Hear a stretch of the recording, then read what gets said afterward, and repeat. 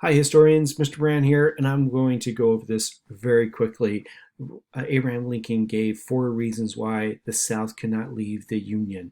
Number one, he said that we could not separate ourselves. It was physically impossible. He talked about how families were intertied between the North and South. In fact, during the American Civil War, there are instances when brothers and cousins, one was on the Confederate side and the other one was on the Union side, and they would meet each other in battle.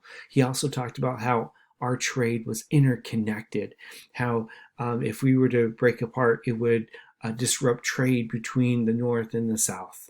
Abraham Lincoln also said it was unlawful. The Constitution said that, you know, the states have agreed to this union, and you can't get out of it. There's no way around it. It's kind of like being in a family. You may not like your brothers or sisters, but you are always going to be in that family. And it's impossible to break this union.